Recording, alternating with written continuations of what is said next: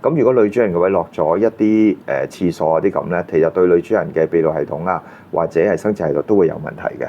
乾就係我哋揾錢嘅位嚟嘅，乾係六個飛星數，六就係代表打工揾錢、有名同埋能幹。咁如果呢啲嘢落咗去一個污穢嘅地方，即係失去冇咗，咁就係非常唔好嘅。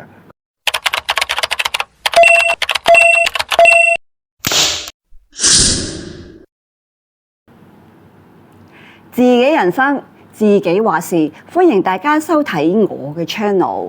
今日阿拿身邊仍然請嚟大家好中意嘅李 Sir。阿拿好，大家好。係啦，咁啊，我哋時時咧，即係一開始嘅時候咧，就已經係殺入正路啦。剛才阿李 Sir 就溫馨提示我，就覺得我都需要係時候咧，去到咁上下嘅時候咧，就提翻大家，首先要訂閱我個頻道啦，俾啲 like 啦，俾啲心心我哋啦。啊，撳個鐘仔啦。係你撳我個鐘仔啦。同埋，如果大家覺得我哋嘅片都對大家有幫助嘅話咧，就請我同李 Sir 飲杯咖啡啦，喺我哋個 Super Fans 嗰度就支持下。咁但係因為個 channel 咧需要持續咁嘅發展，咁啊希望大家都即係多多支持下。係啦，希望可以行得更遠，就需要大家嘅支持啦。係。言歸正傳，咁啊又翻去我哋呢個家居風水嘅專題啦。係。咁啊上一集仲大家就分享咗呢個主人房關於床嘅一啲禁忌嘅問題啦。咁啊好啦，咁我又想抽翻少少出嚟啦。咁去到入去我哋自己間屋嘅時候咧，好多時大門啊，好重要啊，都好多朋友係關於大門口咧，有好多風水問題會請教李 Sir。係啊，嗱我先講一啲簡單嘅先，因為大門其實咧喺術數，譬如風水裏邊都好多派別講大門嘅知識同埋個學問啊。咁你玄空飛星啊，同埋紫白缺啊呢啲咁嘅嘢咧，我哋今日唔講啦，因為呢啲唔係個個都識。咁但係我講一啲你眼都睇到嘅嘢，咁變咗即係起碼你買間屋、租間屋，或者你自己留意你而家現有間屋，你都知道發生咩事。係。咁首先我講個大門口。咁嗱，當然啦，有分。如果你住 house 嘅，就一望就係出邊啦。咁呢個就係另一樣嘢。我而家所講嘅咧就係 apartment，即係話你住高層住宅啊，或者嗰啲 low rise 嗰啲咁。咁當你嗰度大門咧，其實要留意幾樣嘢嘅。我哋首先，如果度大門一開，出邊梗係個 lift lobby 啦，即係升降機大堂啦。我哋有3樣嘢我哋要留意嘅。第一，如果你開隻門，一開嘅時候，原來係一個 lobby 嘅柱角。個牆角，然後就一開門正就對住個牆角嘅話咧，容易咧會有一個整親自己，即係話容易會受傷啦。同埋睇下嗰個角對住你個門嘅方向係乜嘢方向？我點解咁講咧？咩方向其實都代表翻你每個人唔同嘅生肖嘅，因為咧其實我哋風水裏邊我哋有分24山。24個方位，其實24個方位裏邊，其實就係我哋其中有12個就係我哋嘅生肖嚟嘅，即係每個人生肖。如果嗰個位對住邊個生肖咧，其實住喺呢間屋嘅邊個生肖嘅人咧就會受傷，容易受傷。如果佢身體仲係好弱，或者可能佢個命格可能今年係犯太歲啊，或者有啲其他問題咧，佢就更加會贏嘅。咁所以就要留意一下，如果真係有個咁嘅角去對住你一開門見到咧，咁呢個就要小心啦。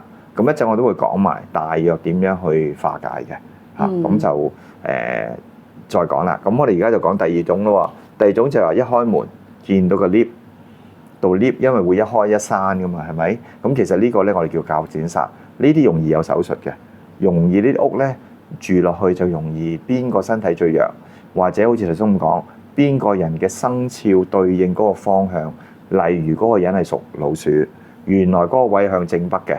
咁即是指就係老鼠啦，就係北啦，就啱啱撞正有個人屬鼠嘅就會出事。嗱，基本嘅理論係咁啊，當然要再詳細計啦。咁但係起碼你知道有呢樣嘢先 ，OK？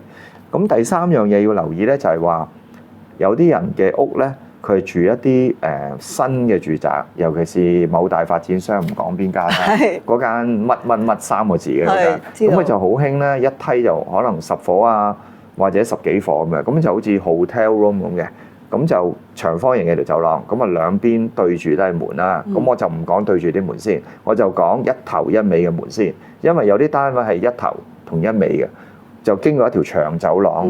咁呢啲咧就有啲問題存在嘅，我哋就要睇你自己依家人住喺，譬如話 A 單位，佢對面去到盡頭嗰係 B 單位咧，只要睇一睇裏邊究竟邊一個佢自己命格啊個運係強，因為咧呢啲咁嘅對沖嘅屋咧，如果邊邊強嘅話咧，係打到另一邊嘅，即係會大家互相鬥嘅，就會令到另一邊咧唔好運啊、病啊或者有唔舒服嘅。咁呢個亦都印證過係會有咁嘅情況，但係當然你唔可能知道人哋好運定你好運啦。咁化解方法就一陣即係講完晒3種唔同嘅問題咧，我哋再講。咁呢個要留意啦。第3種就係話可能有啲屋邨啊，或者可能有啲私人樓都會嘅，門對門，仲要好近，即係你度正門一開，原來就對面隻門開。咁呢啲咧就唔係太大問題嘅，反而因為佢周圍係走廊嚟嘅。道氣唔會衝埋去，咁所以呢個就唔使擔心。咁我頭先所講第一個問題對柱角啦，第二個問題就係頭尾走廊嘅門咧，其實喺入門口我哋可以擺一啲水嘅嘢，或者係擺一啲植物就可以化解嘅。點解咧？因為嗰個角煞撞埋個正門嗰度咧，其實我哋叫火形煞。火形煞我哋用水去化嘅，攞去擺一兜水啦，或者擺啲水種植物喺你嘅門口附近，尤其是開門。唔係個較位，而係開門嗰個位。咁你唔可以擺地下啦，梗係擺喺大約係腰間啦，離地大約係3尺至到1.5米咁高嘅距離。咁啊大棵啲計好啦，咁就有效可以化解到呢個問題，即係初步化解到嚇。咁呢個就要留意啦，呢個就大門嗰個問題啦。咁我想請教翻啦。一講到植物咧，雖然你講到水種啦嚇，咁啲朋友一定又會問圓葉啊、尖葉啊咁嗰啲噶啦，又再幫你哋問緊啊。嗱，通常咧就會擺黃金葛會比較好嘅，因為化煞我哋用尖葉嘅。咁但係黃金葛佢尖葉之中，我哋之前有講過啲節目咧，唔可以擺室內，但係黃金葛係可以。咁亦都佢係化病同埋可以化一啲煞啊咁樣。除非你計到你入門口個位係天瑞星。即係你出生盤啊！如果你個入門口個位係天瑞星，奇門嘅天瑞星咧，咁你就唔好擺啦。尤其是係男主人，即係間屋嘅一家之主，未必男主人啦。可能阿媽至係主要嘅，咁就阿媽個出生盤嘅天瑞星喺門口就唔可以擺黃金葛，就只能夠擺圓葉植物。咁呢個要再計啦，係啦，會係咁樣。咁另外我想請教翻李 Sir啦。除咗頭先所講嘅3個 case 之外咧，即係3種唔同嘅一啲最常見嘅係啦，最常見。咁另外咧，因為而家啲住宅咧，除咗真係門對門之外啦，或者對 lift 口咧，有陣時咧真係都會對到個防煙門啦，或者嗰個垃圾槽倒垃圾嗰個位度。嗰個唔得㗎啦，垃圾槽就一定唔得啦。咁但係你話如果有時有啱啱嗰啲位佢防煙門係啊，佢有道門喺度，但係佢防煙門又唔係時時開或者點，咁嗰啲會唔會都有影響咧？防煙門就要長關嘅。咁但係我知道有啲住宅就有啲人貪方便倒垃圾或者行嚟行去咧，佢就開咗嘅，攝住咁就唔啱嘅。咁如果防煙門係長關嗰啲就冇問題嘅。但係如果你話長開條樓梯仲係你對住向落嘅咧，咁就唔得嘅。因為逢係啲氣向落咧，如果我哋係揀鋪位啊，就算係住宅都好，啲氣就會入唔到你屋企嘅。咁如果啱嗰條樓梯係落嚟嘅咧，咁其實啲氣就會入到你屋企嘅。咁但係通常防煙門佢都一定係 double door 嚟嘅，2隻嘅，佢唔會1隻嘅，除非佢2隻開晒，否則佢開1隻閂1隻咧，咁其實都對你唔係太大影響。但係對垃圾槽咧，即係垃圾房嗰隻門就唔好啦，因為出入都係啲臭氣啊。咁呢個直情係有問題。咁你當然你可以擺水種植物喺門口啦。咁但係我諗最好唔好揀呢啲單位咯。如果真係有得俾你揀嘅話，咁你話私樓就可以揀啫。公屋冇得揀。應該真係公屋就可能有啲朋友都有個咁嘅 case，就盡量用嗰個水種植物去化一化先。同埋盡量唔好開咗隻門而落咗個鐵閘去乘涼咯。即係好多中意係開咗個鐵閘，就算私人屋苑我見到嘅，有啲個鐵閘啲佢落咗個閘。但係佢開咗個門，因為 lift lobby 有冷氣啊，咁想佢飄入去。咁所以咧，嗱唔係咁多 lift lobby 有冷氣，但係通常我見過有啲去睇風水見有啲咁就唔好嘅。如果你真係對面垃圾房就更加差，咁所以就最好就長關門咯，然後擺植物，咁就可以解決呢個問題。咁好啦，講完大門之後咧，咁我哋又講下時時都覺得，都好似一啲好污穢嘅地方，就係個洗手間、個廁所咧。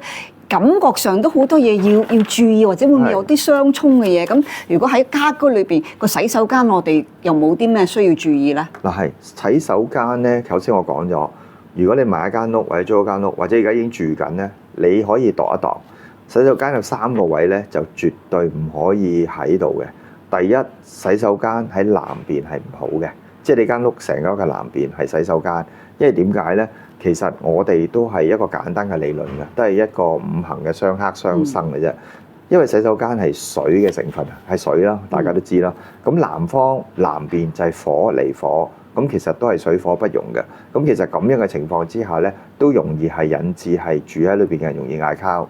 呢個係第一。第二就係話西南位唔可以係洗手間，因為西南位係坤卦，坤卦就係女主人。咁如果女主人嘅位落咗一啲廁所嗰啲咁咧，其實對女主人嘅泌尿系統啊，或者係生殖系統都會有問題嘅。咁呢個第二啦。第三，如果洗手間落咗東北，東北係我哋嘅乾宮，乾宮就乾為天，乾為天即係男主人。咁男主人就唔好啦，因為佢落咗去洗手間啦，同埋亦都一樣嘢就係話乾就係我哋揾錢嘅位嚟嘅，乾係六個飛星數，六就係代表打工揾錢有名同埋能幹。咁如果呢啲嘢落咗去一個污穢嘅地方，即係失去冇咗，咁就係非常唔好嘅。咁所以留意南邊、西南同埋東北係咪洗手間咯？咁即係如果要點化解咧，就較為複雜嘅。呢個就真係要再即係去睇啊，去細心計算咧，先至可以搞到。咁另外洗手間咧，仲有一啲地方咧，就要留意嘅，就話唔可以對廚房門喎。即係話如果有啲我見過啲住宅咧，原來個廚房唔係入門口嘅，佢去到中間先係廚房嘅，亦都有啲盤，佢就同洗手間嗰道門咧係對住嘅。咁呢啲咧就真係水火相衝啦，係衝得好嚴重。兩夫婦住一定嗌交，如果單身住都還好，如果單身住同爸爸媽媽住咧都會嗌交嘅。咁呢啲就盡量要避免。同埋如果要點化解，閂門咯，即係兩邊都閂門，就唔好話一邊開門一邊即係成日開門，一開門就肯定就造成呢個問題啦。就衞生方面都唔好啦，因為廁所同廚房對住啊嘛，咁就有問題啦嚇。咁我想請教翻啦，因為講到有啲積咧，我想問一問李 Sir，就係咧佢要係入咗個廚房先再入個洗手間嘅。嗰啲最唔好。嗰啲最唔好。係啊，真係唔好嘅。我知道一般公屋村都有呢個情況嘅。咁唯有就係咧，廁所都盡量閂門咯。係啊，因為我入咗廚房先入廁所噶嘛。呢個我所認知係咁啦。咁我都見過，亦都有啲朋友俾嗰啲 plan 我睇咧，都係咁樣啲平面圖。咁我唯有叫佢咁樣做。同埋喺廁所出邊掛兩盆植物咯，喺左同右嗰度。都係水種定泥種？水種嘅，咁就可以令到嗰件事減弱咯。咁但係個原有嗰個局你冇得改變，因為你個積唔可以改噶嘛，唔可以將個廁所改翻出嚟噶嘛，咁就冇辦法啦。呢個就咁啊，今日呢一集咧就講咗呢個大門位嘅影響啦，咁同埋呢個洗手間啦。咁啊，仲有一個咧，我哋成日都講嘅位置就係廚房啦。特別係女主人應該都好 concern 個廚房嘅，咁但係又係嗰句啦，時間嘅關係咧，我哋又留到下一集嘅家居風水系列嘅第3集咧，我哋就會同各位分析下究竟廚房嘅重要性或者有啲乜嘢宜忌嘅嘢咯喎，嚇咁大家就要繼續黐住我哋自己話事嘅頻道啦。今日再次多謝李 Sir，多謝，好啦，我哋多謝大家，節目時間差唔多，我哋下集見，拜拜。